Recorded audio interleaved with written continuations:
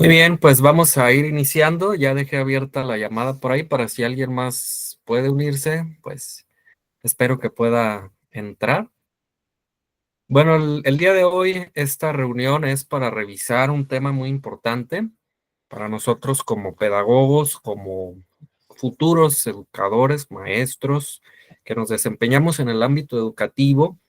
Hay un tema de mucha relevancia y que nos toca analizar, que nos toca reflexionar, revisar, entender, ¿sí? Porque es lo que estamos viviendo con este cambio de la nueva reforma educativa, ¿sí?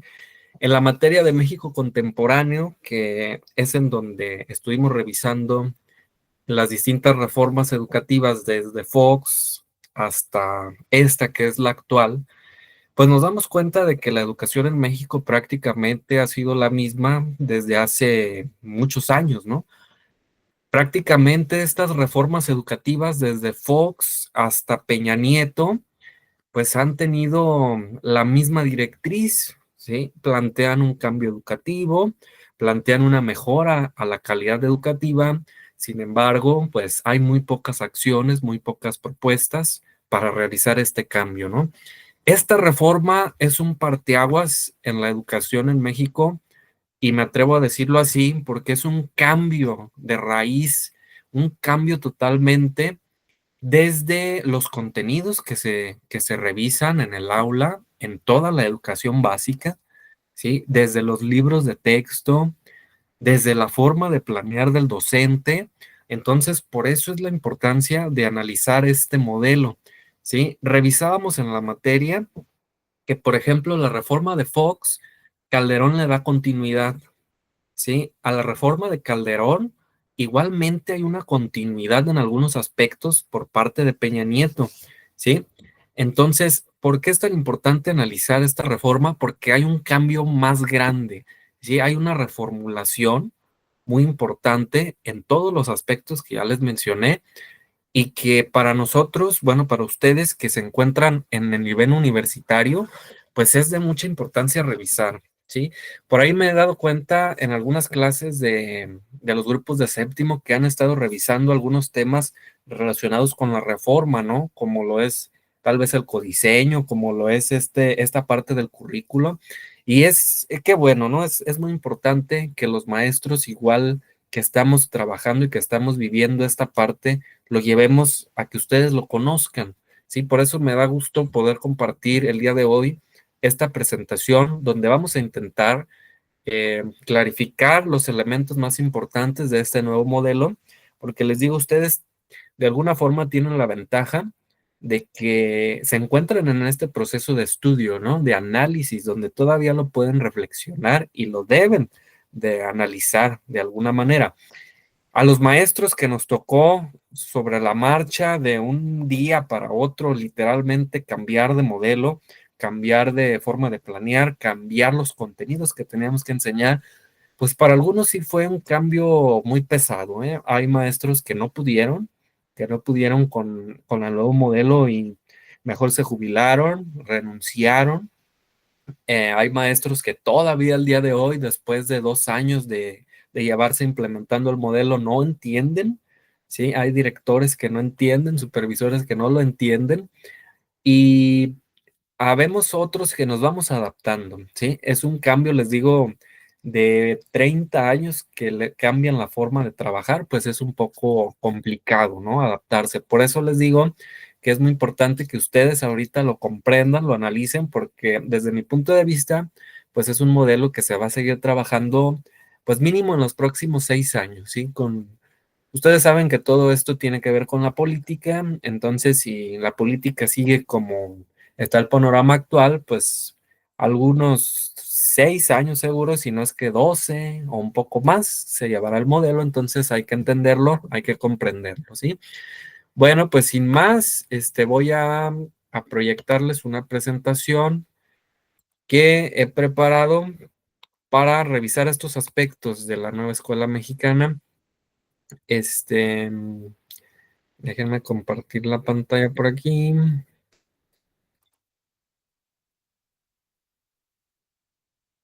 Muy bien. Estoy compartiendo la pantalla, solo que yo no los veo a ustedes. ¿Me podrían indicar con una reacción por ahí si pueden ver la presentación? ¿Pueden ver la presentación? Sí, ok, muy bien. Muy bien. Esta presentación en algún punto la trabajé con alumnos de maestría. Les digo, en cualquier nivel universitario actual que tenga que ver con el ámbito educativo, se está revisando, ¿sí?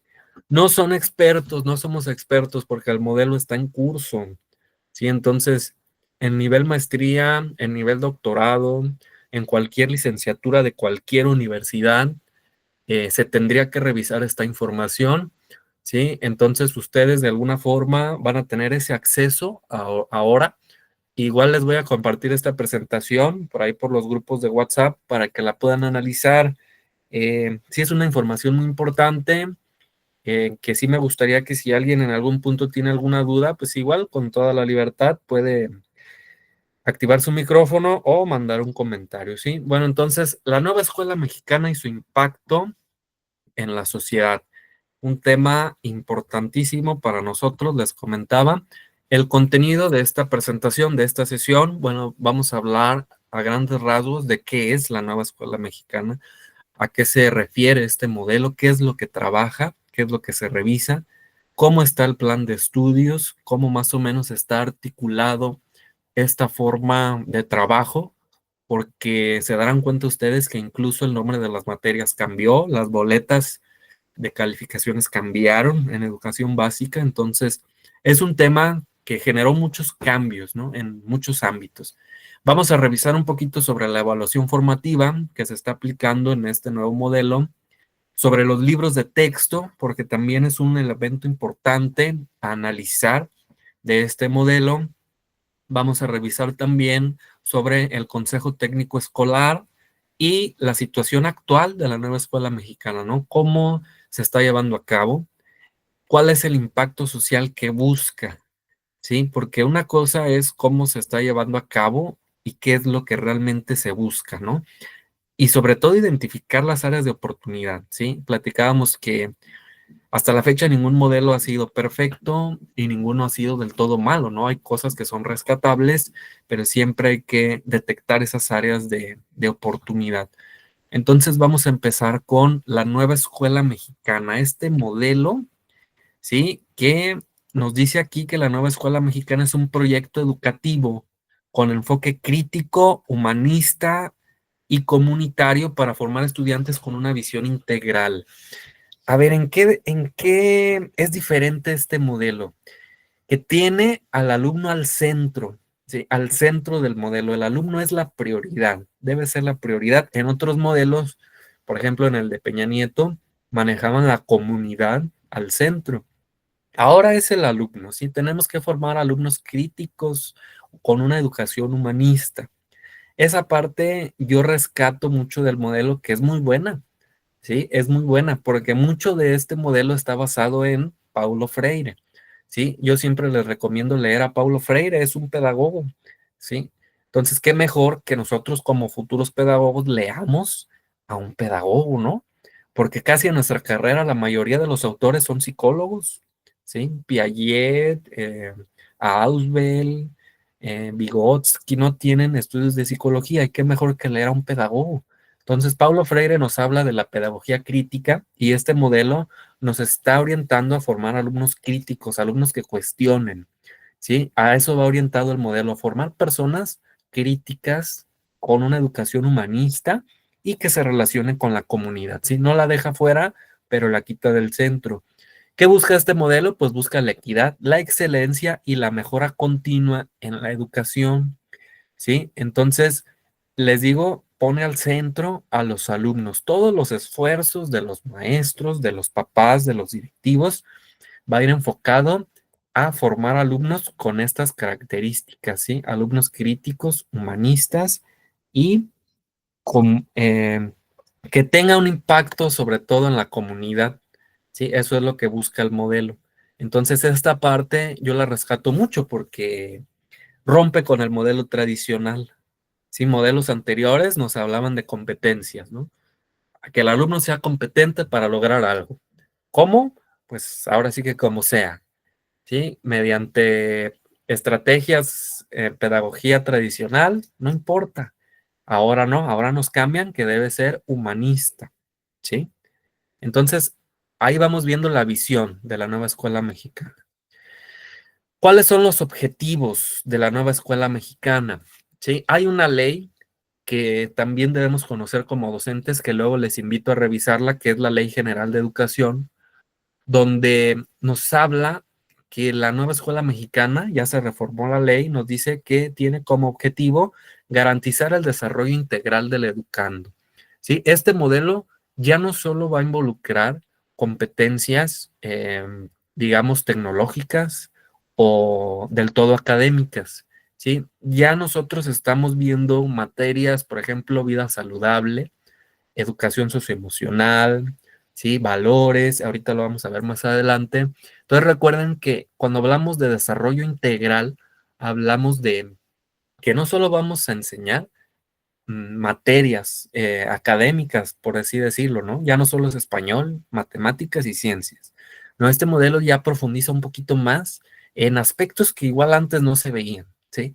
Bueno, al menos yo recuerdo cuando yo fui a la primaria, pues yo nunca, no recuerdo haber visto una materia socioemocional, por ejemplo, ¿no? Entonces ahora este modelo está trayendo de nuevo ese tipo de materias, que también es un punto importante, ¿sí? Reorientar el sistema educativo nacional, es lo que les digo, ¿no? Reorientar todo el trabajo docente, el trabajo académico, el trabajo que hacemos los maestros principalmente, porque directivos, supervisores también están viviendo este cambio, pero ¿en quién recae más? Pues en el docente, ¿sí? Porque somos nosotros quien tenemos que analizar los objetivos de aprendizaje, quien tenemos que planificar y quien después tenemos que llevarlo al aula. Entonces, ahora sí que el mayor afectado, digamos entre comillas, es el docente, ¿sí? Porque tenemos que chutarnos todo el modelo y después aplicarlo y después evaluarlo, ¿sí? Que es de ahí la importancia de conocerlo, ¿sí? Porque si no lo conocemos, imagínense, ¿no? Bueno, otro objetivo es incidir en la cultura educativa a partir de la corresponsabilidad, ¿sí? Parte de esa corresponsabilidad, pues, es de una del docente, de capacitarse, porque no creen que esta capacitación que estamos revisando ahorita, ni a nosotros nos la dan, ¿sí? Entonces, parte de esto es que también nosotros como docentes tenemos que buscar esa capacitación por fuera, que no debería de ser así, lo reconozco. Pero cuando hay oportunidades como esta, digamos, pues hay que aprovecharlas, ¿no? Hay que tener esa responsabilidad. Impulsar transformaciones sociales dentro de la escuela y la comunidad. A ver, este modelo busca que lo que se trabaje en el aula tenga una trascendencia a la comunidad, ¿sí? Ahorita lo vamos a revisar con los libros de texto, pero busca que lo que se vea, todos los contenidos, los temas que veamos con los alumnos, tenga una trascendencia a la comunidad y puede ser a la comunidad educativa, ¿eh? Porque trabajamos por proyectos. Entonces se busca que un proyecto, pues, no sé, que los niños hagan una actividad y que la apliquen en la escuela, ¿sí? O que la apliquen incluso afuera, en la calle, con su familia o con su comunidad, ¿sí? Entonces este modelo busca trascender, llevar la educación afuera de las aulas y ese es un punto que me parece también muy importante y que modelos anteriores no tenían, ¿eh? Se enfocaban solo en que el alumno cumpliera ciertos conocimientos y listo, ¿sí? Pero ¿cuándo los vas a aplicar? ¿Sí? ¿O para qué te van a servir? ¿Para qué te va a servir aprender esto? O responder estas preguntas en el libro, ¿no? ¿Para qué te va a servir? Bueno, este modelo ya lo trasciende más allá y eso es un punto que me parece muy importante. Bueno, ¿en dónde se fundamenta la nueva escuela mexicana? Aquí simplemente son las leyes en donde actualmente la podemos encontrar como el modelo oficial, ¿sí? Pues el artículo tercero, ustedes ya lo saben, este lo tenemos que conocer, la Ley General de Educación, Ley General de los Derechos de Niñas, Niños y Adolescentes. En esa ley pues nos habla que los niños tienen que tener una formación integral, física, con vida en vida saludable, socioemocional, ¿sí? Y la Ley General del Sistema para la carrera de las maestras y los maestros, ¿no? Estas simplemente son las normativas que igual en un futuro ustedes pueden consultar Bueno, seguimos en este apartado. Este apartado es interesante. Características de la nueva escuela mexicana. Se vincula con la comunidad, pues es lo que les digo. Ya va a trascender el trabajo que hagamos en el aula, va a trascender a la comunidad. Y hablando de comunidad, puede ser comunidad educativa en tu escuela, comunidad áulica en el salón de clases o pues, en la comunidad fuera de la escuela, ¿no? Se vincula con la comunidad. Valora a las y los docentes. ¿Por qué? Porque este punto muy importante y muy criticado, los alumnos de cuarto recordarán la reforma de Peña Nieto, donde en lugar de valorar a los docentes, algunos, muchos, se sintieron atacados, ¿no? Por esa reforma, por los exámenes de permanencia. Bueno, esta reforma valora a los docentes en el sentido de que da cierta autonomía en el cual nosotros podemos escoger los temas, el orden de los temas, mejor dicho, que vamos a impartir y obviamente las estrategias que vamos a usar para enseñar esos temas, pues sí ya depende de cada uno. ¿Sí? ¿Por qué les digo que autonomía entre comillas? Bueno, porque a final de cuentas nos están dando un temario, ¿no? Nos dan un temario que tenemos que seguir y pues ya la autonomía es, te doy el temario y tú de los 50 temas eliges cuál ver primero. Sí, pero de alguna forma te obligo a que veas nada más estos y que no te salgas de ahí, ¿no? Entonces es una autonomía, entre comillas, que lo vemos de esa forma, ¿no? Pero bueno, nos dan ese tipo de autonomía, digamos, de estrategias, de qué estrategias utilizar. Ahí sí, cada maestro es libre de enseñar, por ejemplo, fracciones con la estrategia que tú prefieras, ¿no? Ahí sí tenemos esa autonomía. Hay un nuevo enfoque pedagógico, hay una nueva forma de trabajo mediante proyectos, ¿sí? Trabajamos mediante estos proyectos educativos que ahorita vamos a hablar de ellos, en donde les digo, se cambia la forma de trabajo en el aula, ¿sí? Incluso los libros ya cambiaron. Si recuerdan ustedes, antes teníamos un libro de español, un libro de matemáticas, un libro de ciencias naturales. Ahora no, ahora solo tenemos 4 libros. ¿Sí? Son 3 libros de proyectos y otros 2 libros que son de consulta, ¿no? Como diccionarios grandotes. Entonces, es un nuevo enfoque pedagógico y pues va mucho al enfoque humanista, ¿sí? Nos hacen mucho hincapié en ser humanos con el alumno y aquí es donde entra la evaluación formativa que también lo vamos a revisar, ¿sí? Y pues todo esto contribuye a la mejora de una trayectoria académica o ese sería el objetivo final, el mejorar esta trayectoria académica de los alumnos, pues para aumentar esta, para aumentar que los alumnos estudien y evitar el rezago, ¿no? Porque en la pandemia se revisó mucho esa parte de que había mucho rezago, ¿no? Mucho rezago educativo, mucho abandono escolar. Entonces, este modelo quiere recuperar a esos alumnos de alguna manera y motivar a que no dejen la escuela, ¿no? Bueno, principios de la nueva escuela mexicana. Hablando de principios, pues digamos que es como la misión, ¿no? Como lo que busca conseguir el modelo.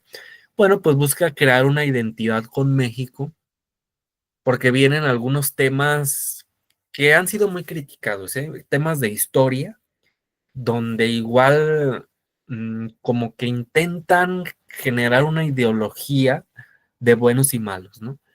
Y ellos le llaman fomentar la identidad con México, ¿sí? Pero eso, les digo, ya depende de cada maestro, ¿no? Que igual a mí que me gusta mucho la historia, algunos de ustedes ya sabrán que pues intento no contar la historia como nos la han contado, ¿no? Porque hay otra historia. Entonces la historia se cuenta para favorecer al que tiene el poder, ¿sí? Entonces en este caso se nos está invitando a fomentar una identidad con México. Bueno, pues ese tema es un poco cuestionable, ¿no? Les digo esto, por ejemplo, el tema del porfiriato, ¿no? Que pintan a Porfirio Díaz como un malo, pero pues que hizo cosas buenas, ¿no? Entonces hay que rescatar lo bueno y eso ya va a depender de ustedes, ¿sí? El decir a sus alumnos, por ejemplo, pues sí, Porfirio Díaz duró tanto en el poder, hubo desigualdad, pero pues trajo cosas buenas, ¿no? El ferrocarril, el teléfono, el telégrafo, la electricidad, los teatros, el cine.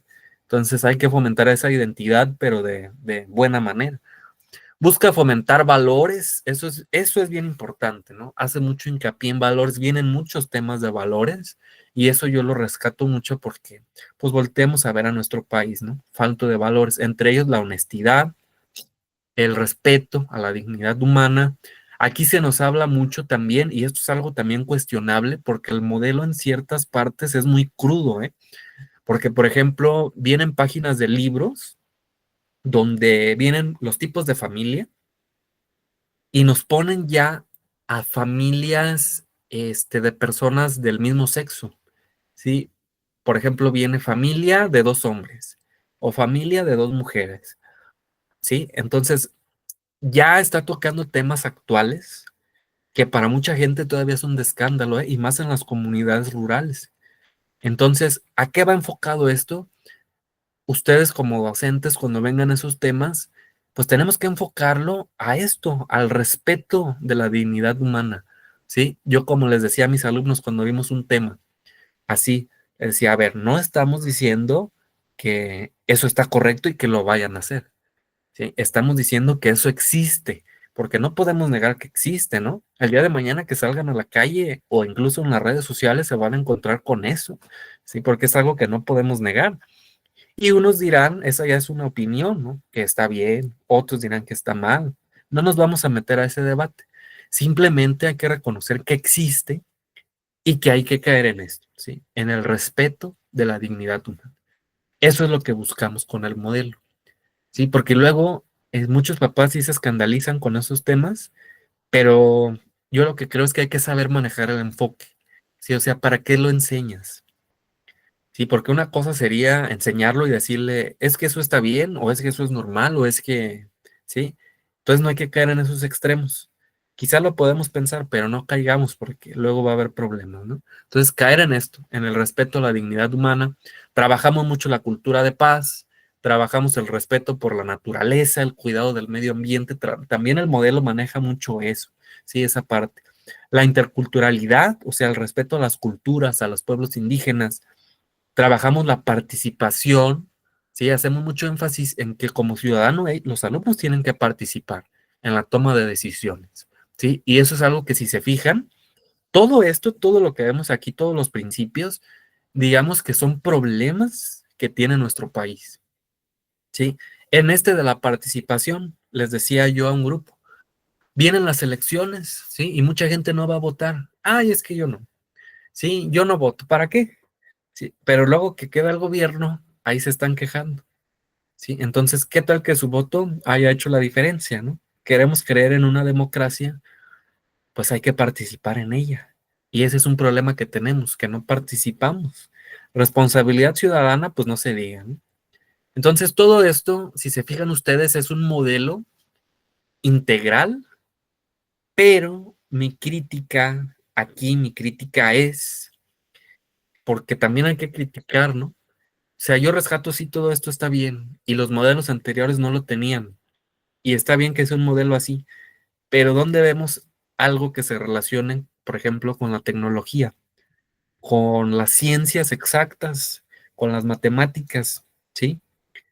O sea, no digo que está mal que incluyan todo esto, nos hace mucha falta, pero estamos dejando un poco de lado las ciencias exactas, las matemáticas, y eso es otro punto a criticar.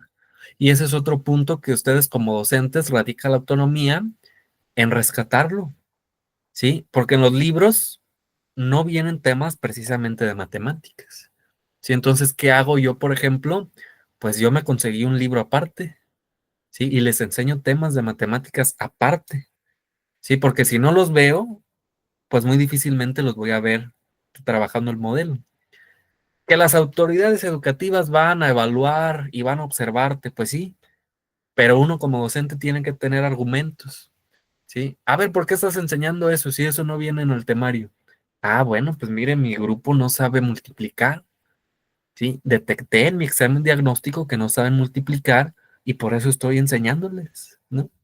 O no nos van a regañar por enseñarles algo que carecen, ¿sí? Entonces, como docentes tenemos que planificar muy bien, conocer a nuestro grupo y enseñarles lo que necesitan, ¿no? Aunque no vengan el modelo. Es la esencia de un maestro que tiene compromiso, ¿sí? Si uno no tuviera compromiso, pues enseño lo que viene y ya. Si no saben sumar, pues no me interesa. Pero no, son cosas esenciales, ¿sí? ¿Cuáles son las prioridades de la nueva escuela mexicana? Educación para todos y todas. Educación de excelencia, se maneja ese tema ahora, para aprendizajes significativos. Revalorización de maestras y maestros, entornos educativos dignos y sana convivencia, vida saludable, rectoría del Estado en la educación y consenso social.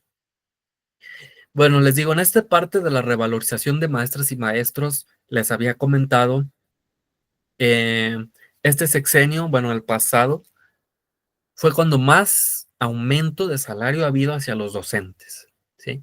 Yo les decía, yo no soy partidario de un partido, ni tengo color de partido, pero hay que reconocerlo, ¿sí? Les decía, en sexenios anteriores se aumentaba el 0,2%, el 1%, y les decía, en el sexenio pasado se aumentó el 11%, ¿sí? O sea, como nunca realmente. Entonces, parte de eso es la revalorización, ¿sí? Porque hacemos un trabajo muy importante, formamos a los futuros profesionistas, ¿sí? Entonces, nuestra labor es agotadora, les he dicho, la realidad, no les voy a pintar una cosa que es un camino de flores y de rosas, hay muchos problemas, ¿sí? Sin embargo, también es muy satisfactorio, ¿no? Entonces, se está hablando de revalorización y mi conclusión es que se está dando, pero todavía falta que nos reconozcan un poco más, ¿sí? Bueno, aquí explico un poquito cada prioridad de educación para todas y todos. Bueno, pues se garantiza el acceso a la educación de manera universal, es decir, que no podemos negar la educación a nadie y ese es un punto bueno también del modelo, que es muy castigado, ¿eh? Que, por ejemplo, si un niño no lleva el uniforme, no lo dejas pasar, bueno, pues estás violando este principio y puede haber consecuencias para ti, ¿sí? Que este modelo, aunque es nacional, todavía algunos estados lo están adecuando, ¿eh? Por ejemplo, aquí en Michoacán, pues yo he sabido que todavía lo hacen, ¿no? Se priva de la educación si no traes el cabello corto, si no traes el uniforme, si no traes tenis blancos. Y en Guanajuato eso no se ve, ¿sí? Porque es muy castigado. ¿Será que los papás allá también, no sé si están como más informados, pero pues luego y luego alzan la voz, ¿no? Entonces, eh, estamos protegiendo este principio en ese tipo de situaciones. Educación de excelencia para aprendizajes significativos. Bueno, busca elevar la calidad de la educación. Esto lo hemos escuchado en todos los modelos, ¿eh? Busca brindar un desarrollo humano integral a través de una educación de calidad pertinente y relevante. La diferencia con modelos anteriores, bueno, es que nos hablaban de calidad los anteriores, sí, pero ¿qué es calidad para ti? ¿Sí? ¿Qué es la calidad que el país necesita? ¿O qué necesita el país que le enseñes a las futuras generaciones? Nosotros vemos que este modelo sí está tocando muchas ramas que nuestro país necesita. Entonces, por esa parte vamos encaminados al desarrollo integral, pero nos hace falta algo. Sí, les decía, las ciencias exactas. Revalorización de maestras y maestros, poner en primer plano el reconocimiento de la función magisterial, crear un sistema de promoción vertical y horizontal justo y reconocer el esfuerzo que cada docente realiza en el aula como agente transformador del proceso educativo. ¿Qué es la promoción vertical? Luego que ustedes estén ya en el sistema público, esto de promoción vertical, pues son los ascensos, ¿sí? Por ejemplo, en la reforma anterior de Peña Nieto, se abrió una puerta en que, por ejemplo, a ver, la escalera de jerarquía, pues eres maestro, eres docente de grupo, luego puedes ascender a director de escuela, luego a supervisor de zona escolar, y el escaño más alto al que podemos acceder mediante un concurso, pues se llama jefe de sector, ¿no? Donde ya tienes un sector educativo de varias zonas. Entonces, en el tiempo de Peña Nieto, con hacer un examen, podías escalar de docente a supervisor, ¿sí? De supervisor a, bueno, de director a jefe de sector, ¿no? Entonces, ahora ya está como más estandarizado, ya mediante el mérito que tenga el maestro, mediante la experiencia, vas a ir ascendiendo poco a poco. Yo esto lo veo bien, porque obviamente para ser supervisor tienes que tener conocimientos administrativos de una dirección, ¿sí? Porque vas a manejar a directores. Entonces, si nunca fuiste director, pues ¿cómo vas? A lo mejor puedes tener conocimiento teórico, pero la práctica también es importante, ¿no? Entonces ahora esto de la promoción vertical, pues sí se ha reformado y yo lo veo un poco más justo, ¿no? Promoción horizontal, bueno, es que tú sigues siendo docente, pero puedes aspirar a que te aumenten el sueldo, ¿sí? Un 15%, un 20%, y pues te hacen un examen, es todo un proceso.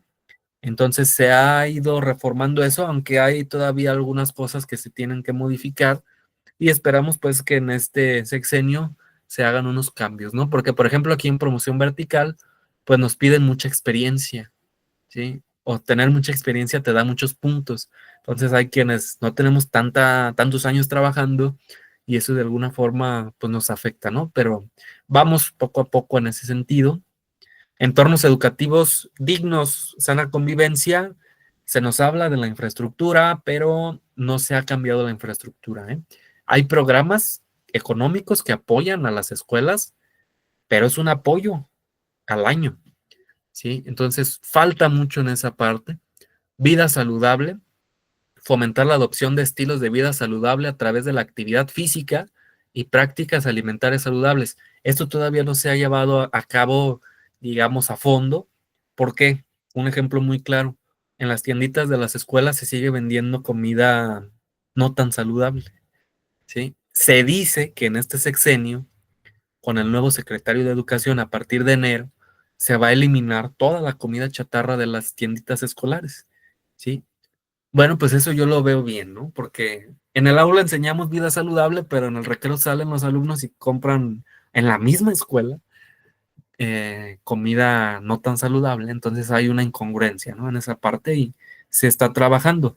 Rectoría del Estado en la educación y consenso social.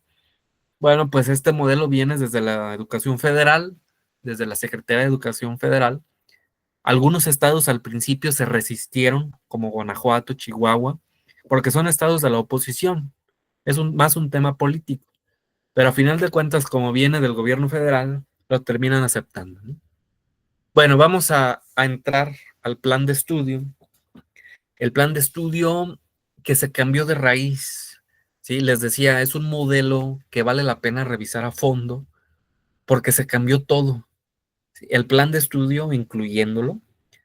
¿Qué es el plan de estudio? Bueno, vendría siendo todo el currículo, todos los aprendizajes que los alumnos tienen que adquirir, los temas, los objetivos. Entonces todo eso se modificó y les digo, ¿a quién le toca estudiarlo para que lo aplique? Al docente, ¿sí? Bueno, y aquí tiene una frase que tiene que ver con la organización curricular. Solo las escuelas que conocen de cerca la comunidad y sus proyectos pueden dar respuestas concretas a problemas concretos de cada una de ellas. Pueden respetar las peculiaridades étnicas, sociales y culturales de cada región. Solo la propia comunidad puede evaluar de cerca los resultados. ¿A qué se refiere esto? Bueno, les decía al inicio, ahora con este modelo, la escuela va a intentar resolver problemáticas sociales reales, ¿sí? Entonces nosotros al planear un proyecto educativo, vamos a poner al centro una problemática social real, ¿sí? Es decir, si en mi comunidad está el problema de la violencia de género, de la desigualdad de género, yo, docente, tengo autonomía y libertad y casi la obligación, ¿sí?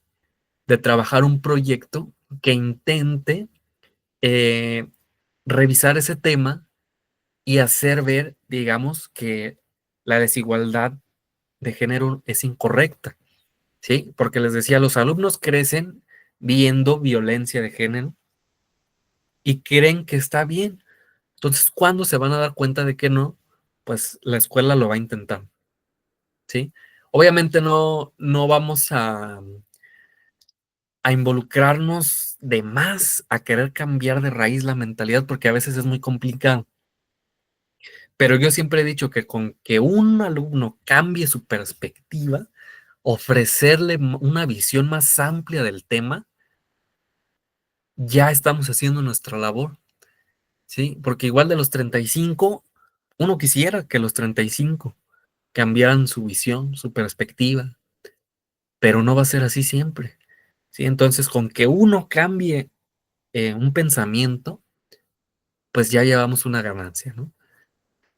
Entonces, los elementos del plan de estudio, tenemos varios aspectos que son muy importantes. Primero, la integración curricular, ¿sí? Vamos a trabajar con una forma de trabajo que es interdisciplinaria. Ahorita lo vamos a revisar.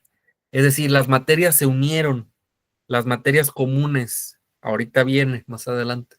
Español, artes, inglés, se unen en un campo formativo. Matemáticas, ciencias naturales, biología, química en secundaria, física, se unen en un campo formativo, ¿sí? Hay una integración curricular, hay autonomía del magisterio. ¿Por qué? Vean aquí, radica en que nosotros vamos a orientar los contenidos que nos dan, ¿sí? O sea, no es una autonomía de que haz lo que quieras, ¿no? Tú los vas a orientar en base al contexto en el que viven los alumnos. Por eso primero hay que hacer un diagnóstico. Es decir, tú llegas a un lugar de trabajo, pues tienes que ver cómo está fuera de la escuela, qué es lo que sucede en la sociedad, qué es lo que sucede con tus alumnos, qué problemas hay para intentar atacarlos, ¿sí? Para intentar revisarlos, para intentar cambiar una perspectiva.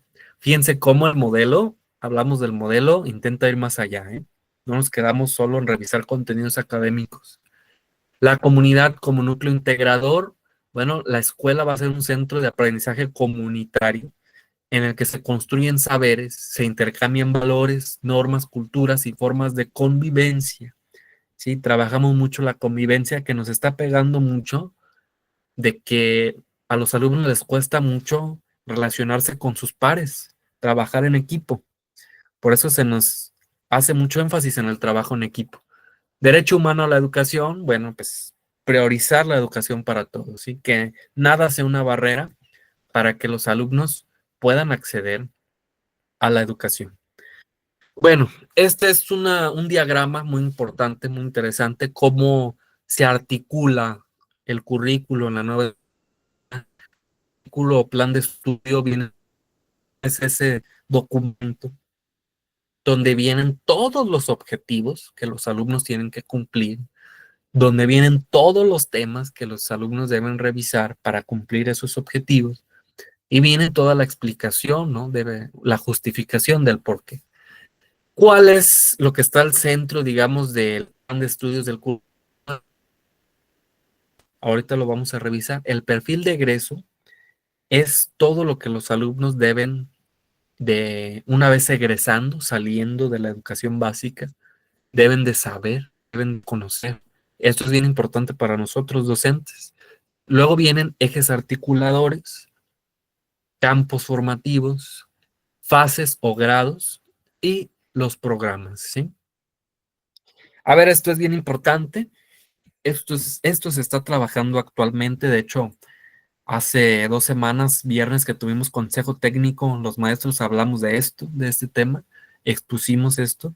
Son los ejes articuladores. La nueva escuela mexicana maneja ejes articuladores, estos 7 ejes articuladores. ¿Qué son?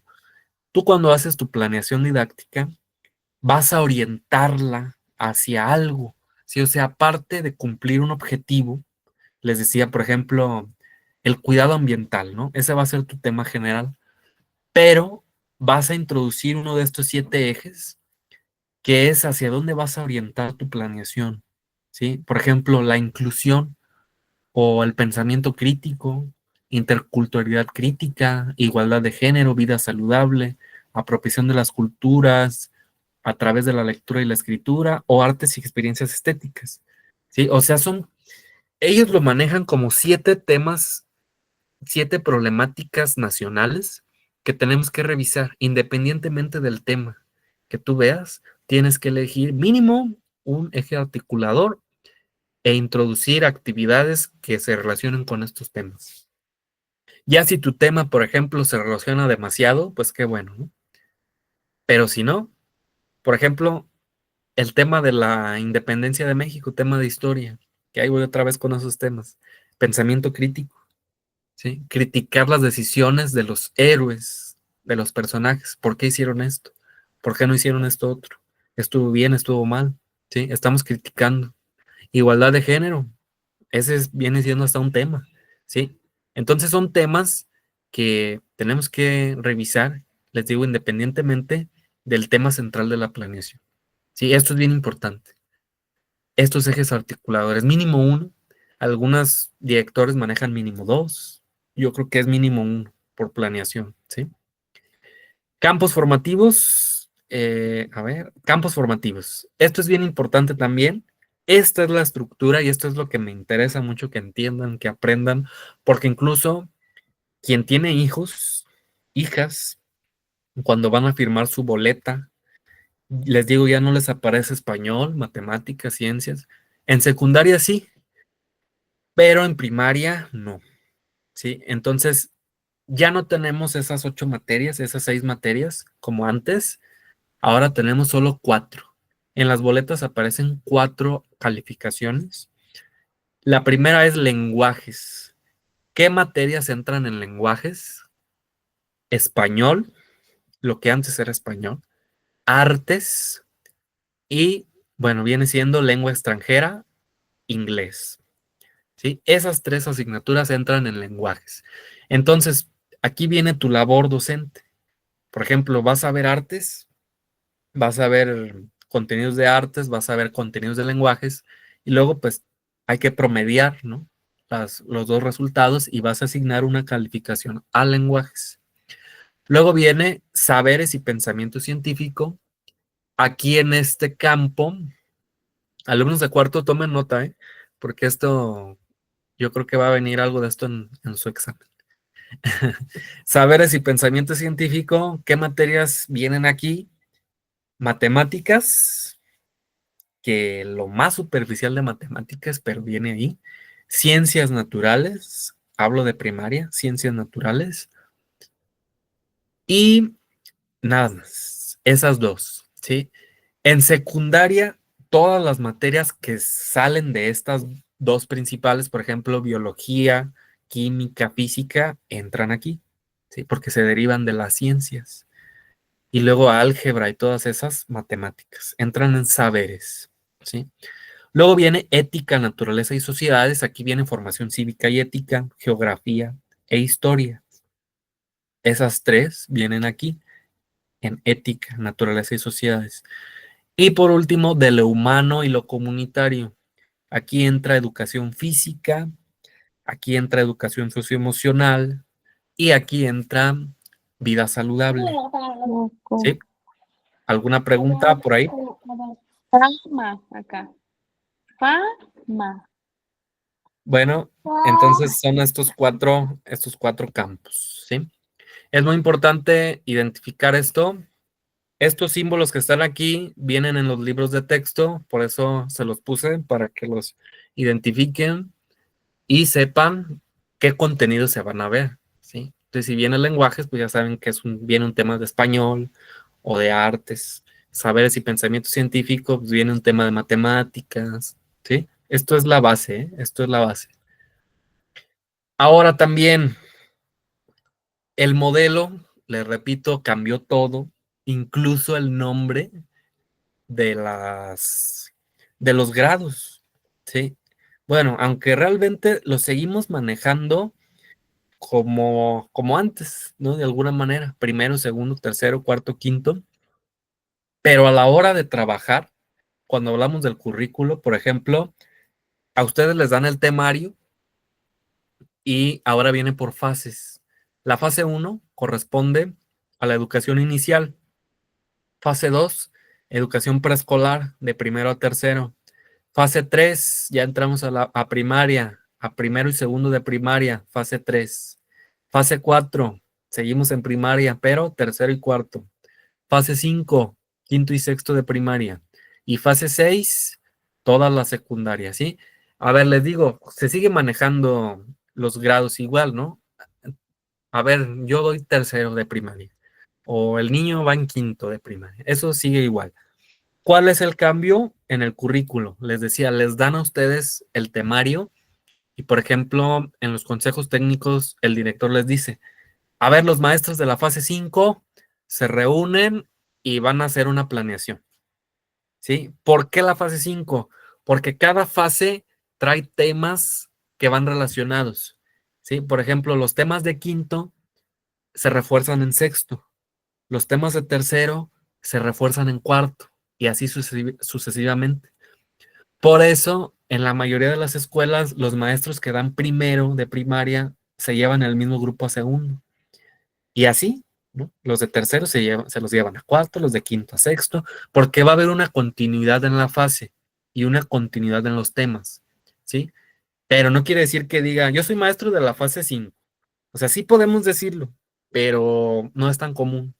Pero sí hay que identificar las fases, ¿sí? Porque es importante. Entonces, estas son las fases de la nueva escuela mexicana, la estructura curricular que se está manejando actualmente, ¿no? Y yo lo veo bien. Este punto vamos viendo lo que está bien y lo que hace falta. Esto yo lo veo bien, ¿sí? Porque hay una continuidad, hay un seguimiento. Entonces, pues está bien, ¿no? Reforzar los temas. Vamos a entrar a la evaluación formativa que se nos está haciendo hincapié, mucho hincapié en este tema. Evaluar formativamente, evaluar muchos aspectos, no solo lo académico. A la hora de evaluar, no solo evaluar si sabe, si pasa un examen escrito o no, hay más elementos que podemos evaluar.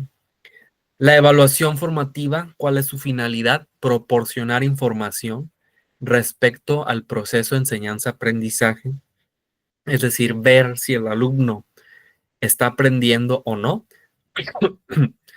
y sobre todo, ¿por qué? ¿Sí?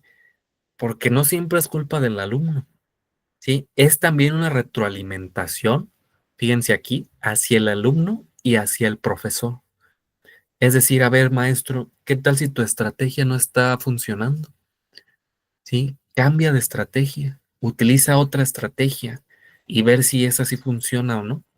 Claro que hay muchas barreras para el aprendizaje y ese sería otro tema, ¿no? Pero nuestra chamba es intentar, sí, intentar que aprenda. Entonces, esta evaluación formativa acompaña los aprendizajes de los estudiantes y se va dando en todo el proceso. Y este es un tema que yo creo que han visto en otras materias, que por ejemplo la evaluación sumativa se da al final del proceso y te otorga una calificación, ¿sí? Pero la evaluación formativa se da en todo el proceso, digamos en toda la clase, en donde estamos observando al alumno si está desarrollándose correctamente o no. ¿Sí? Entonces, en el proceso también podemos identificar si al final vamos a lograr objetivos o no, ¿sí? Características de la evaluación formativa, enfatizar, perdón, la evaluación de los procesos de aprendizaje, busca la coherencia entre las situaciones de aprendizaje y de evaluación, es decir, vas a evaluar pues únicamente lo que hayas revisado, ¿no? No vas a evaluar otra cosa. Valorar la significatividad del aprendizaje. El estudiante debe ser responsable de su aprendizaje, pero también aquí pues recae un tanto en el docente, ¿no? Vincular lo aprendido con situaciones reales, que es lo más importante. Es decir, no solo vamos a evaluar con un examen escrito, podemos hacer muchas cosas y el modelo nos propone, les decía, llevar el aprendizaje afuera, ¿sí? Observar al alumno, lo está poniendo en práctica, de qué manera, sí, también así evaluamos. Diferenciar los logros de cada uno de los estudiantes, este es un punto que yo creo que es correcto, pero todavía tenemos ese punto en el modelo, en el sistema educativo mexicano, que nos avientan 35 alumnos, 40 alumnos. Entonces, imagínense, ¿no? Para ver a cada uno, híjole, sí es pesado. Y eso es lo que yo critico y siempre lo haré hasta que lo cambien, si es que lo cambian, que el número del alumnado debe ser menor. ¿Sí? Unos 20 alumnos, 25 alumnos debería de ser lo máximo, pero ahorita el tope se supone son 35. Y yo sé que hay maestros que tienen más, ¿no? Integrar la auto y la coevaluación. ¿Qué es autoevaluación? Pues que ellos mismos se evalúen, ¿sí? Que el mismo alumnado se evalúe, que haga una retroalimentación de su propio trabajo, obviamente siendo o fomentando la honestidad, que si se acuerdan es un principio del modelo. Y la coevaluación. ¿Qué es coevaluación? Que el mismo grupo se evalúe entre ellos. Sí, que ellos se den retroalimentación. Y créanme que eso sí funciona, ¿eh?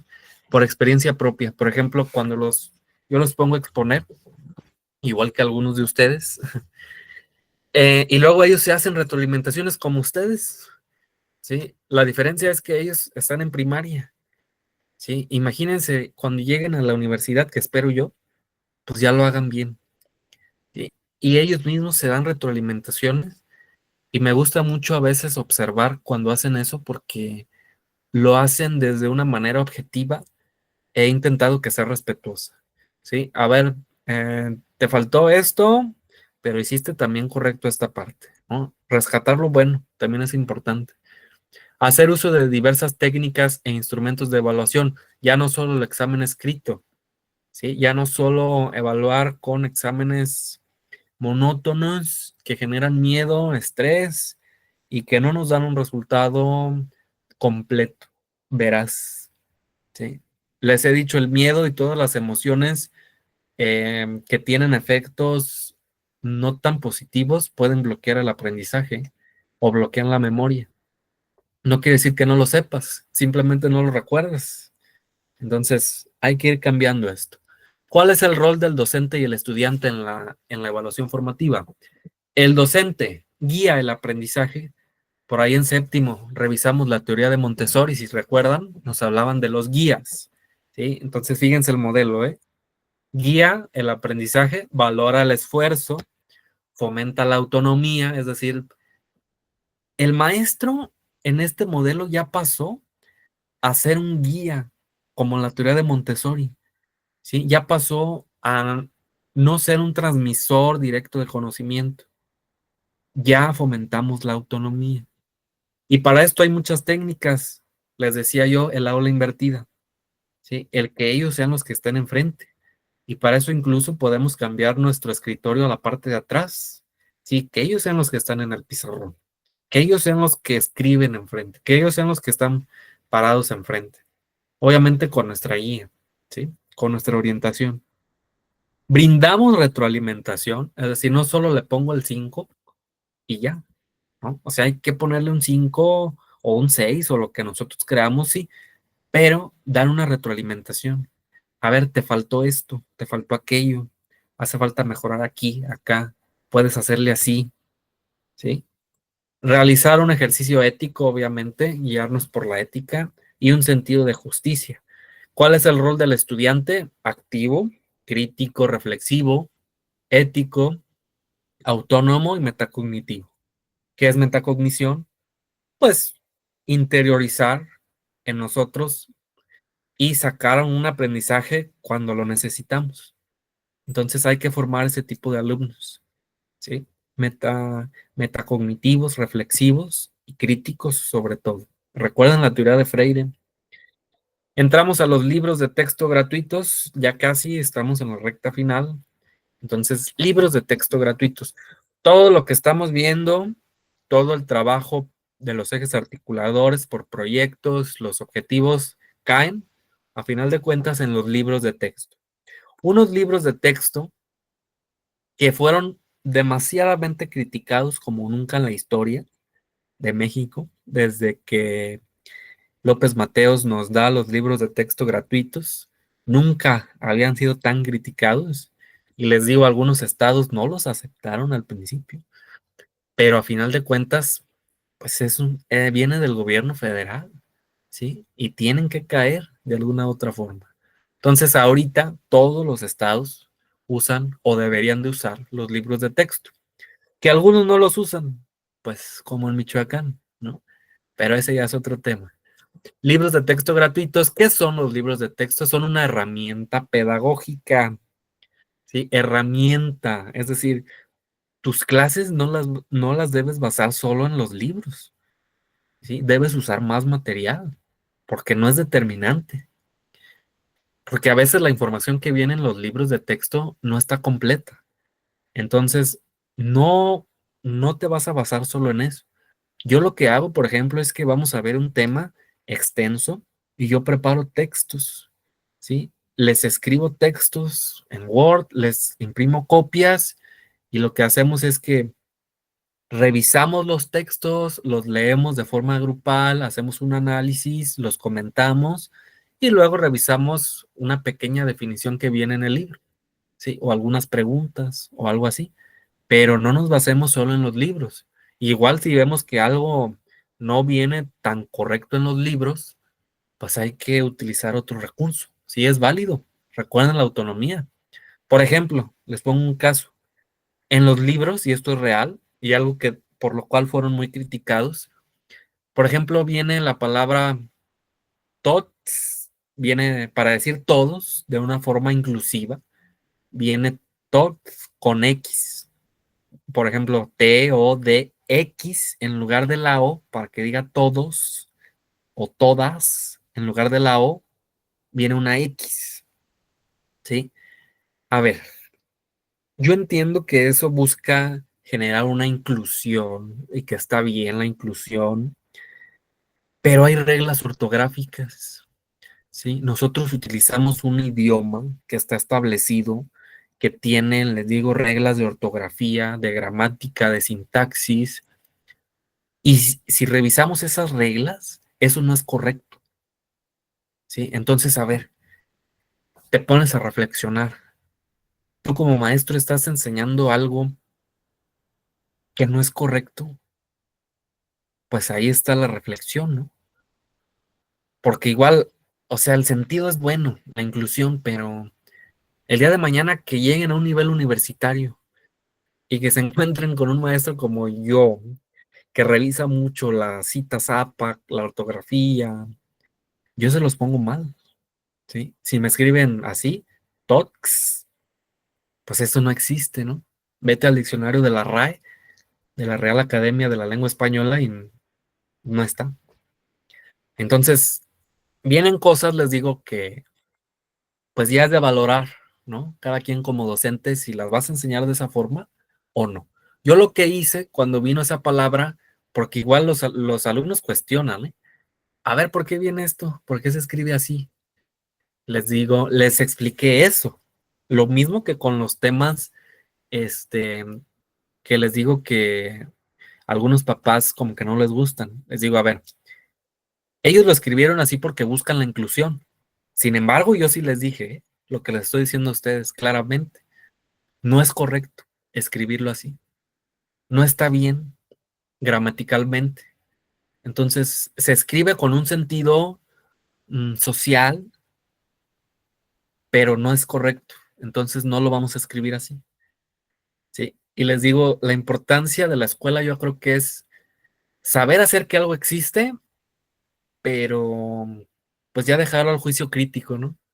De cada quien, si está bien o está mal. Y bueno, pues aquí nos habla de, en la ley general se fundamenta que todos los estados deben utilizar los libros, y fue ahí donde los estados ya no se pudieron oponer. ¿Sí? Y pues la CONALITEG, que es la Comisión Nacional de Libros de Texto Gratuitos, son quienes los reparten, ¿no? Entonces hubo un tema por ahí en la distribución. ¿Cuál es su importancia? Les decía, es una herramienta que sí nos ayudan mucho, pero que no es determinante. Algo que me gusta de los libros de texto es que vienen actividades para las familias también. Viene un apartado de actividades para el maestro, o sea, en el salón, y para la familia, ¿no? Entonces es una parte que yo la veo positiva, ¿sí? ¿Cuáles son las virtudes? Bueno, hay varias virtudes. Se fomenta la igualdad educativa, ya que son libros para todos. Los contenidos prolongan la enseñanza recibida en el aula hasta el hogar, es lo que les digo, ¿no? Vienen actividades para la casa, se alternan con otros libros, con otros recursos, que también eso es bueno, ¿no? Luego vienen algunos códigos QR, algunos links, en donde dice consulta, el siguiente video para reforzar el tema. Y bueno, ahí es tema también de debate porque pues, sabemos que no todos los niños tienen acceso a Internet, ¿no? ¿Por qué no les das una computadora? Bueno, y algunas escuelas que ni luz tienen, ¿verdad? Pero intentan por ese lado cubrir esa parte, ¿no? Les digo, todavía nos faltan algunas cosas a las cuales mejorar, ¿sí? Y bueno, sus contenidos se encuentran estructurados dentro de los escenarios áulico, escolar y comunitario. Les decía, son 3 libros en toda la primaria: proyectos de aula, proyectos escolares y proyectos comunitarios. Es decir, proyectos cuyo productos o lo que vas a hacer al final de un proyecto, porque cada proyecto al final entregas un producto, ¿no? Algo entregable, algo que el alumno va a realizar, un producto final, llamémosle así. Entonces, pues en el libro de proyectos de aula, ese producto lo va a aplicar en el aula. Sí, se entiende la misma palabra. En el proyectos escolares, pues lo va a aplicar con la escuela o en la escuela. Y en proyectos comunitarios, pues lo aplica con la comunidad afuera. Sí, que eso es muy importante también. Entonces, les digo, los libros de texto muy criticados, pero tienen cosas buenas también. Y áreas de oportunidad, ¿no? Sobre todo áreas de oportunidad. ¿Cuáles? Falta de ciencias exactas, ¿sí? Falta de, digamos, un orden, porque no hay un orden, es decir, tienes 3 libros de proyectos y tú vas a elegir cuál usar, ¿sí? Que esa es, digamos, otra autonomía, ¿no? Tú vas a decir, ay, yo voy a usar el libro de proyectos de aula, tal página, y puedes agarrar un proyecto que venga en la página 80 o en la página 330, ¿sí? Ya no es como antes, que era secuencial, ¿sí? Que la uno, luego la 2, luego la 3, y si te saltabas una, pues ya no seguías, ya no sabías qué hacer. No, esos libros ya no son así. Ya tú puedes escoger cualquier proyecto de cualquier libro, siempre y cuando cumpla con tu objetivo de aprendizaje y con tu eje articulador, ¿sí? Entonces ya no hay un orden. Eso es bueno y es malo para algunos docentes que no son organizados y que no saben cómo actuar. Ese es otro conflicto que generó mucho en la práctica, ¿no? Que decían los maestros, ay, es que, ¿y ahora cómo le hago? Porque estaban acostumbrados a seguir una secuencia. Entonces salimos de esa zona de confort, que para mí en cierto punto les digo es bueno, pero hace falta complementarlo, ¿sí? Y bueno, ¿cuáles son las características rápidamente? Bueno, son una guía con orientaciones metodológicas, o sea, es una herramienta, no son determinantes, era lo que les decía. Contienen pensamientos e ideales de libertad, justicia, fraternidad, felicidad, unidad, originalidad y emancipación. Vienen temas innovadores que antes no se veían. Por ejemplo, la sororidad, que es el apoyo entre mujeres, ¿no? Se toca mucho el tema de la igualdad de género, de la prevención de la violencia contra la mujer, ¿sí? Y vienen temas de la sororidad, ¿no? Como por ejemplo eso. Entonces, son temas que antes, les digo, no se revisaban y ahora los estamos tocando. Sustentados en pedagogos mexicanos y latinoamericanos. Aquí otro punto controversial, pues les decía yo, sí participaron por ahí Ángel Díaz Barriga, que es un pedagogo mexicano, pero en su totalidad, el personaje que está al frente ahorita de este tema de los materiales educativos, se llama así, por ser es un venezolano, ¿no? Entonces, este modelo también tiene muchas cosas de un modelo chileno. Entonces, nos hace falta todavía más apropiar el modelo a las características del contexto mexicano. Da cumplimiento al artículo tercero constitucional, pues sí, ¿no? Busca una calidad educativa, pero, pues les digo, hay áreas de oportunidad. Contribuyen a la formación de una nueva mexicanidad crítica y reflexiva, que eso sí lo rescato, eso sí lo estamos intentando trabajar, y ofrecen una visión compartida entre los saberes y el conocimiento científico, ¿sí? Aquí les dejo la liga de consulta para los libros de texto gratuitos. Es la Conalitech, ustedes los pueden leer ahí en línea, los pueden consultar, darles una ojeada. Es muy importante que revisen la estructura, que revisen cómo están, porque les digo, vamos a seguir trabajando con ellos, ¿no? Entonces, ahí ustedes los pueden leer. Vamos a revisar qué es el Consejo Técnico Escolar. ¿Han escuchado ustedes los últimos viernes de cada mes? Tenemos reunión de Consejo Técnico Escolar de CTE, ¿sí? Es muy importante. ¿Qué es el CTE, el Consejo Técnico Escolar? Es el órgano colegiado de mayor decisión técnico-pedagógica de cada escuela de educación básica. Es decir, todos los maestros nos reunimos para analizar resultados de evaluación, para tomar decisiones en la escuela, para ver las directrices que va a tomar la escuela o los maestros de cada fase, ¿sí? Sesiona 13 días del ciclo escolar, distribuidos en dos fases, es decir, cada que va a iniciar el ciclo escolar en agosto, nosotros nos reunimos una semana antes, 5 días previo al inicio del ciclo escolar, para plantear los objetivos del ciclo escolar, cómo vamos a trabajar, qué metodología. Igual por ahí algunas escuelas plantean temas en común y eso es bueno. ¿Sí? Es decir, a ver, todas las fases vamos a revisar el tema del cuidado ambiental en el mes de enero. ¿Sí? Entonces ya todos los maestros hacen un proyecto del cuidado ambiental, cada uno obviamente en su grado. ¿Sí? Obviamente adecuado a las edades de los alumnos, porque pues, no pueden ser las mismas actividades para los de primario y para los de sexto, ¿no? Bueno, 5 días antes, previo al inicio del ciclo escolar, y luego 8 días distribuidos a lo largo de cada ciclo escolar para la fase ordinaria. Último viernes de cada mes, sesionamos para analizar resultados de evaluación, cómo van los alumnos, o para revisar temas, por ejemplo, de la nueva escuela mexicana. Cuando salió el modelo en el 2022-2023, pues todos los consejos técnicos iban enfocados a revisar esta información que ustedes están viendo en esta presentación. Todo esto nosotros lo fuimos revisando, pero imagínense la complejidad sobre la marcha, ¿no? Teniendo a los alumnos ya ahí.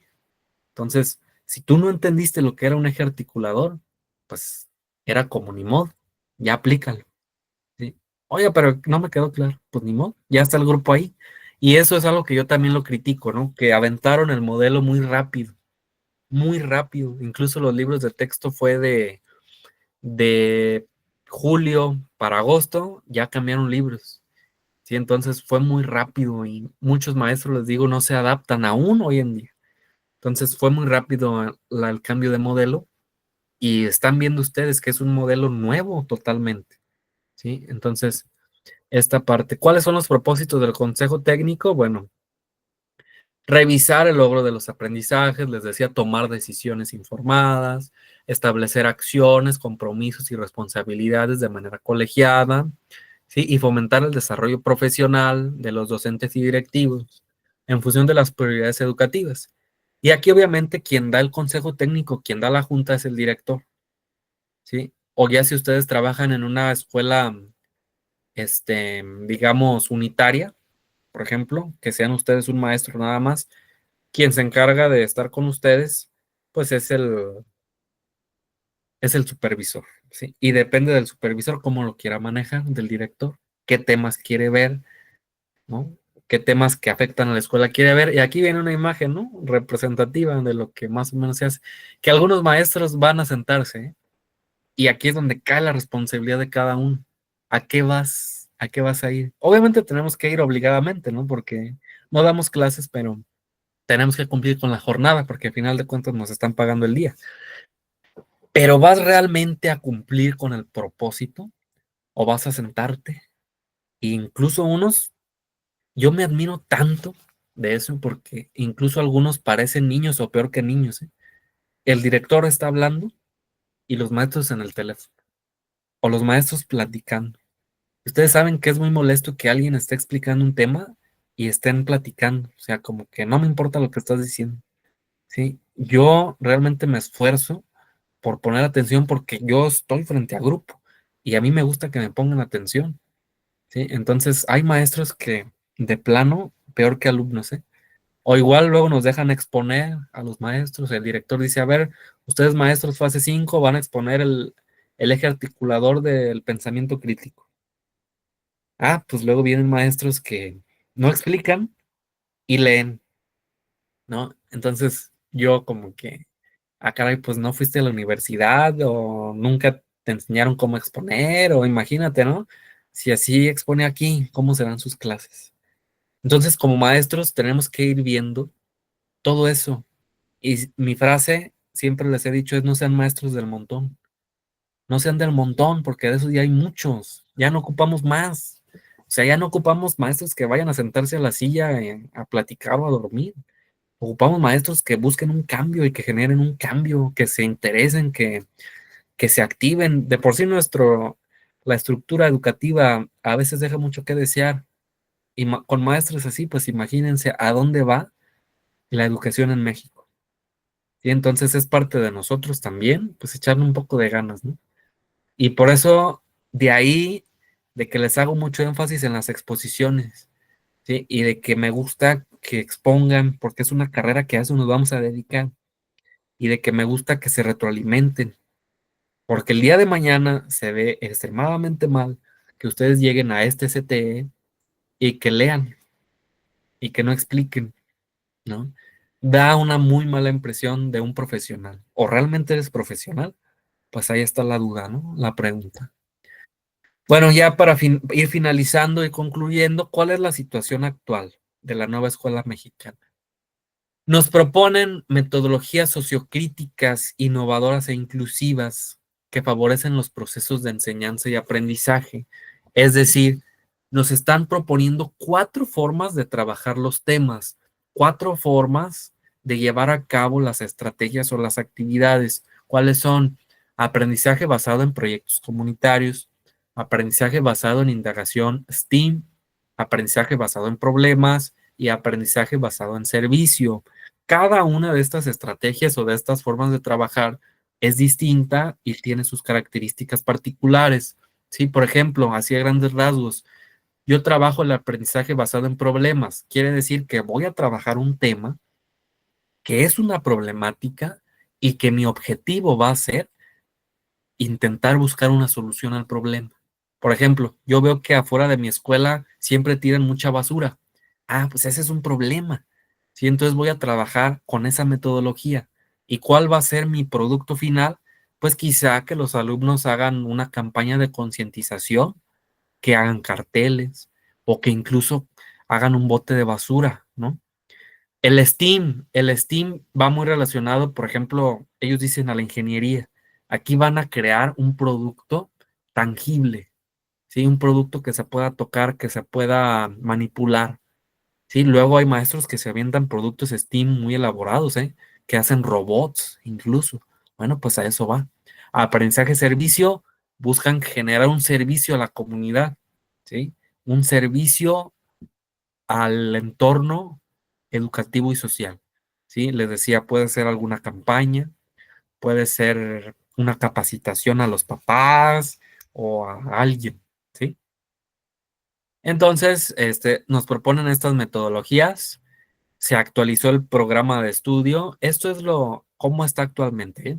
Trabajamos nuevos contenidos, vida saludable, educación sexual, deporte, literatura, artes, inglés, civismo, intentamos abarcar todo eso, pero vuelvo al principio, ¿dónde ven aquí? Este, matemáticas, ciencias, nos falta eso, ¿sí? Por eso lo puse de esta forma. Todo esto está extraído de documentos oficiales, ¿eh? Entonces, no está matemáticas, no está ciencias y nos hace mucha falta. Se ha dado seguimiento al programa analítico, a la planeación didáctica y al uso de los libros de texto. A ver, nosotros como docentes tenemos que hacer un documento, se los digo así rápido porque ese es otro tema muy extenso. Tenemos que crear un programa analítico. ¿Qué es un programa analítico? Es un documento donde vamos a hacer un diagnóstico del grupo. Es un diagnóstico del grupo, pero dentro y fuera de la escuela, ¿sí? Es decir, los papás de los niños a qué se dedican, con quién viven los niños, cómo están emocionalmente, cuáles son las problemáticas del municipio donde yo trabajo, cuáles son las problemáticas del estado, del país incluso, o internacionalmente. Por eso se llama analítico, porque es un análisis de todo lo que pasa alrededor y en base a esos problemas yo voy a plantear qué proyectos voy a ver, ¿sí? Para intentar solventar esos problemas. Ese es el programa analítico, así a grandes rasgos, ¿sí? Es un documento que tenemos que hacer, luego viene la planeación didáctica, que ustedes ya saben que ese es nuestro quehacer diario, que les he dicho a veces es tedioso, es pesado, sí, pero es un requisito incluso administrativo, ¿sí? Y el uso de los libros de texto son elementos que vamos a utilizar para nuestra práctica docente. En la reforma de Peña Nieto se hablaba de aprendizajes clave, lo que tenía que lograr el alumno. Ahora se llaman PDA, ¿sí? Procesos de desarrollo de aprendizaje. Esto es algo que se van a relacionar mucho con ello, ¿sí? Cada que hacemos una planeación, tenemos que poner los PDA, que son los temas. Los temas que tú vas a ver con tu grupo a final de cuentas y en palabras sencillas, ¿no? Pero les llamamos PDA, ¿sí? Entonces, esto es nuestro quehacer diario. Yo ayer que estaba haciendo planeación, pues mis PDA primero. Antes de la secuencia, ¿qué PDA vas a ver? ¿Sí? Bueno, se ha gestionado las problemáticas específicas de cada plantel, nos están revisando plantel por plantel. Por ejemplo, ahora la Comisión Federal de Electricidad, pues ha instalado internet en la mayoría de las escuelas públicas y pues eso es un beneficio, ¿no? Se han vinculado los libros de texto con la planeación didáctica, es decir, los libros de texto los vamos a incluir en la planeación y pues se ha revisado en los consejos técnicos el plan de estudio. Porque, a ver, hace unos días salió un TikTok por ahí de un senador, creo que en el Estado de México, que proponía eliminar los consejos técnicos. A ver, eh, a veces es cierto, y no les miento, que no se aprovechan como les comentaba ahorita, ¿no? No se ven los temas tan esenciales que se deberían de ver como todo esto, pero yo sí veo necesario en lo personal una reunión cada cierto tiempo con el colectivo docente, porque si no, no hay otro espacio. Por ejemplo, yo que trabajo en una escuela grande, que somos 12 maestros, bueno, no, somos más, contando educación física, educación especial, y somos 15, ¿sí? Entonces, hay días en los que yo no veo a todos los compañeros. Entonces, si hay una problemática, si hay algo en común, ¿cuándo es cuando lo vamos a compartir? En los consejos técnicos, ¿sí? Si se aprovechan de la mejor manera posible, pues son un gran apoyo, ¿sí? Entonces, no los podemos eliminar, ¿sí? Hay que mejor cambiar y reorientarlos. ¿Qué impacto social busca? Este ya es nuestro último tema. ¿Qué impacto social busca la nueva escuela mexicana? ¿Cuál es? Aquí hablamos del perfil de egreso, ¿no? Si recuerdan al inicio que vimos este esquema de los círculos, el perfil de egreso, ¿dónde estaba? Al centro, ¿no? Hasta abajo del currículo. Entonces, ¿cómo los alumnos deben salir de la educación básica, es decir, de secundaria? Se deben reconocer como ciudadanos, tienen que vivir, reconocer y valorar la diversidad étnica, cultural, lingüística, sexual, política, social y de género. Se reconocen como personas que gozan los mismos derechos, valoran sus potencialidades cognitivas, desarrollan una propia forma de pensar, bien importante. Es decir, todo esto es lo que deben de saber hacer una vez que egresan. Y parte de eso es nuestro quehacer docente, ¿no? ¿Cómo voy a hacer que mis alumnos puedan conseguir esto? A eso va orientado nuestro quehacer, ¿sí? A que ellos cumplan esta parte, ¿no? Y hay muchos más, ¿sí? Por ejemplo, que intercambien ideas, cosmovisiones y perspectivas mediante distintos lenguajes. Y no hablamos de lenguajes solo de idiomas, ¿no? Lenguaje corporal también.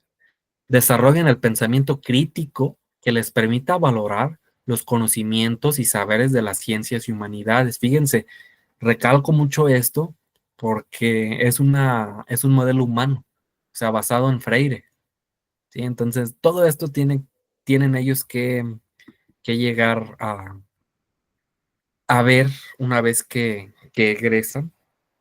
Y es muy importante, ¿no? Les decía, revisar el modelo, revisar esta parte de cómo se está aplicando, pues es lo que nos toca, ¿sí? A final de cuentas, es lo que a nosotros nos corresponde de alguna forma, porque pues va a ser nuestro quehacer, ¿sí? Bueno, esa es la presentación. Es muy importante, les digo, conocer el modelo porque lo van a aplicar algún día, espero que muy pronto. Y algunos maestros se les está haciendo muy pesado, se les está haciendo muy complicado entenderlo. Yo creo que nosotros que tenemos, me quiero incluir, los maestros jóvenes, tenemos mucha ventaja en la que tenemos acceso a las tecnologías de la información y comunicación, como esto, precisamente esto que estamos haciendo hoy, que podemos investigar más sobre el modelo, ¿no? Que podemos profundizar más, que podemos estudiarlo y más ustedes que están en la universidad pueden profundizar más, pueden estudiarlo, pueden reflexionarlo, pueden criticarlo.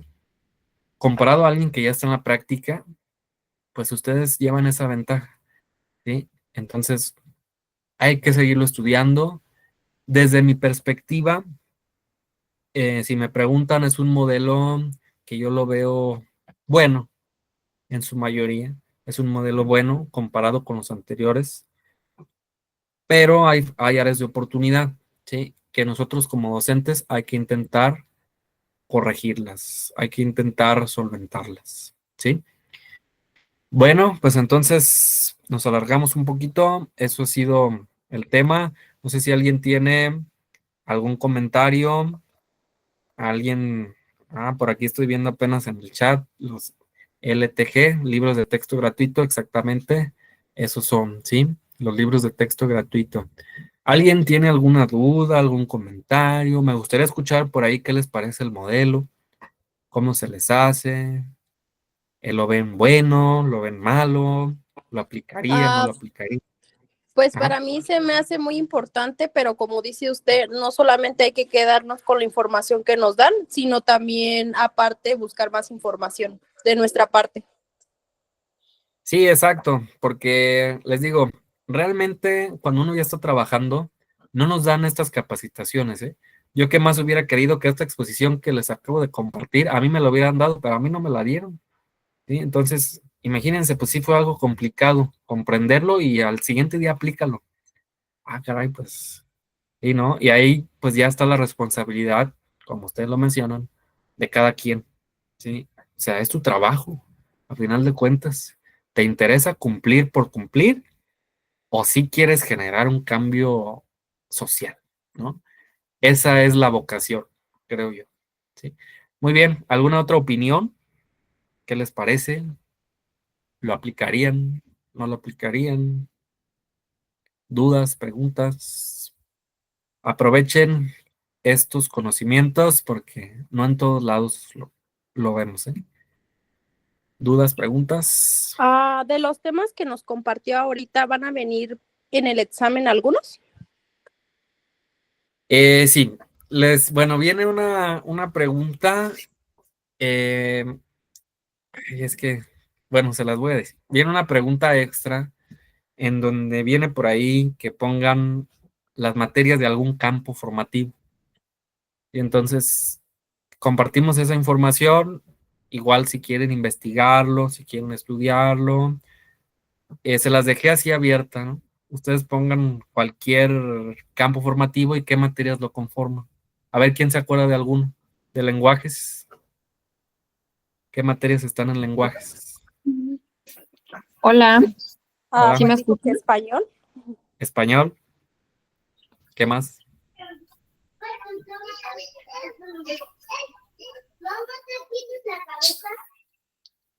Español, Inglés, artes. inglés y artes. Exacto. ¿Sí? Entonces, eso es básico.